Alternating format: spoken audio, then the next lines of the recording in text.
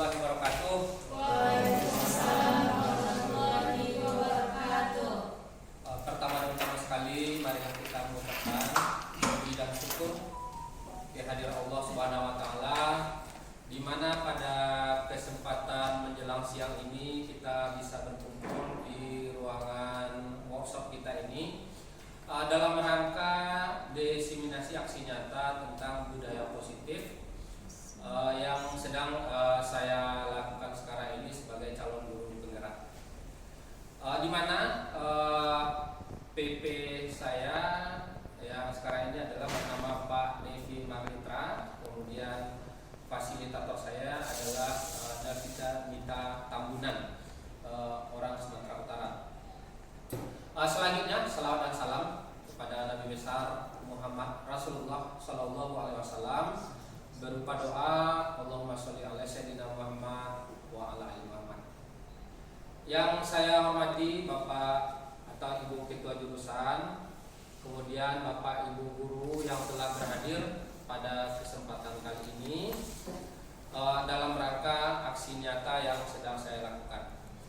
Jadi pada kesempatan ini saya akan menjelaskan tentang bagaimana penerapan budaya positif di sekolah.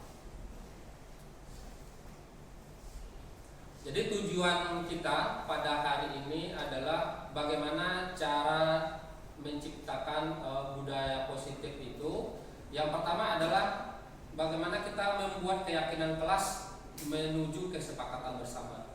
Kemudian yang kedua, menumbuhkan disiplin positif di sekolah dengan penerapan nilai-nilai kebajikan yang universal.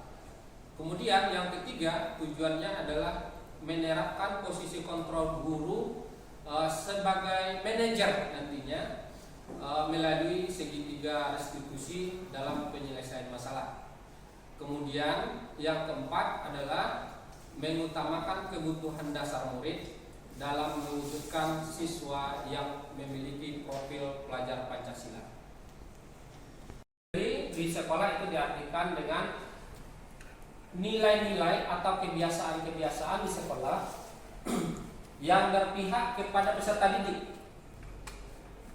agar mereka dapat berkembang menjadi pribadi yang kritis, hormat dan bertanggung jawab.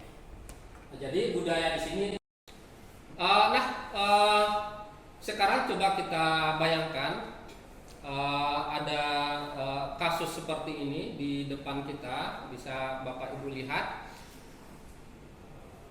Ada A dan B, Anda dan teman, maksudnya Bapak Ibu dan teman.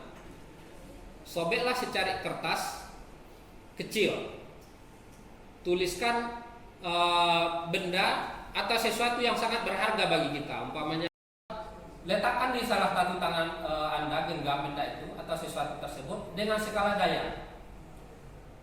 Buatlah sebuah kepalan, artinya kita mengepalnya. Teman Anda akan mencoba dengan sekuat tenaga dengan berbagai cara untuk meminta Anda untuk membuka tangan Anda. Jadi bagaimana teman kita itu bisa membuka apa yang sudah kita tulis itu atau yang kita rahasiakan itu. Teman kita bisa dengan membujuk maupun bisa mengancam, menghardik, merayu, menyuap, apa saja yang dapat membuka kepala tangan itu. Nah, itu kita bayangkan, jadi kita genggam, dia bisa mengancam kita, membujuk kita, atau merayu kita, atau menggelitik mungkin. Nah, pokoknya dia bisa membuka tangan kita. Kira-kira apa yang terjadi? Nah, teman kita berusaha untuk membukanya. Nah, dengan segala caranya, apakah diancam? Nah, kira-kira apa yang akan terjadi? Nah, pertanyaannya adalah, apakah Anda atau teman Anda membuka kepalan tangan Anda? Ya, jadi apakah Anda atau B maksudnya membuka kepalan tangan Anda? Mengapa dibuka? Apa alasan Anda membuka kepalan tangan Anda itu? Kalau kita buka berarti Kenapa kita buka? Apakah karena digelitik, karena diancam, dan seterusnya? Apakah kita menutupnya kepalan tangan itu? Mengapa dan kenapa alasannya? Berarti kita tetap menutup. Kemudian yang ketiga, dalam kegiatan ini sesungguhnya siapa yang memegang kendali. Jadi kita mau mengetahui siapa yang memegang kendali atau kontrol untuk membuka atau menutup kepalan tangan kita itu. Nah, jadi dari sini bisa kita lihat, ya, kita bisa saja membukanya atau menutupnya. Nah, kira-kira yang di sini yang memegang kontrol itu siapa? Nah, seperti itu. Boleh dibuka dan juga boleh dilepaskan. Tetapi siapa yang memegang kontrolnya? Mungkin Bapak dan Ibu bisa ada yang bisa menjelaskan seperti itu. Kira-kira gimana, Bu? Nah, ya. Kita. Iya. Jadi yang memegang kontrol itu adalah kita sendiri. Kalau membuka atau menutupnya itu adalah kita sendiri. Ya. Apakah kita diancam atau tidak? Nah, itu hanya yang mempengaruhinya yang berbeda. Umpamanya diancam, dia tetap tidak mau membuka, ya tidak akan terbuka. Kan seperti itu. Tetapi kalau dia dengan mudah membuka, maka dia akan membuka. Nah, terima apa yang kita katakan. Nah, mungkin di BK itu sudah dipelajari ya bagaimana tentang prinsip dari pengontrolan, atau bukan pengontrolan dalam bidang listrik, tapi ini adalah pengontrolan tentang individu. Nah, demikian juga dengan apa itu disiplin. Jadi dari segi kontrol itu maka kita berbicara apa itu disiplin. Nah, mungkin banyak di antara kita apabila kita berbicara tentang disiplin itu, maka yang terbayang oleh kita itu adalah hukuman, kemudian tata tertib dan sebagainya, yang kadang-kadang maknanya itu bermakna negatif. Jadi ada ketakutan pada saat menggunakan kata-kata disiplin, karena di situ kalau melanggar tentu ada konsekuensi atau hukumannya.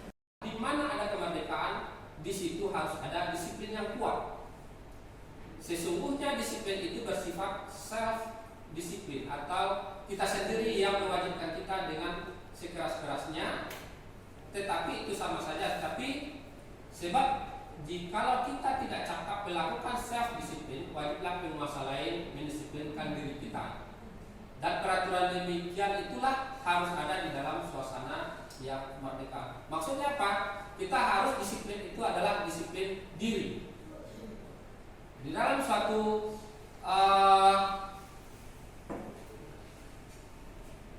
itu, maka ada beberapa perilaku yang sebenarnya ada perilaku itu yang kita membukanya karena ada faktor eksternal, ya karena kita diancam, karena kita digelitik dan seterusnya. Kemudian ada juga yang mempengaruhinya karena dia kesadaran diri sendiri. Jadi ada faktor internal. Nah, jadi menurut teori motivasi, perilaku manusia itu ada 3. Yang pertama adalah untuk menghindari ketidaknyamanan atau menghindari hukuman.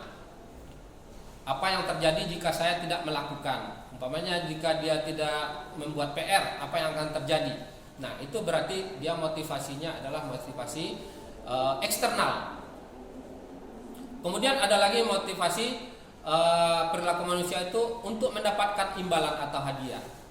Umpamanya dia rajin belajar agar dia memperoleh juara 1, tetapi karena mengharap ada hadiah atau imbalan. Itu juga kategorinya adalah kategori motivasi eksternal. Nah, ada lagi motivasi itu adalah untuk menghargai diri sendiri. Dia mengetahui bahwa belajar itu sesuatu hal yang harus untuk dirinya dan sesuatu hal yang berguna bagi dia. Dan motivasi internal itulah yang dikatakan dengan disiplin yang positif. Nah, jadi tujuan dari motivasi internal itu adalah untuk menghasilkan disiplin yang positif. Disiplin karena keinginan diri sendiri, karena kesadarannya sendiri. Ya, umpamanya Dia belajar itu dia tahu umpamanya merangkai motor umpamanya. Dia tahu bahwa nanti itu akan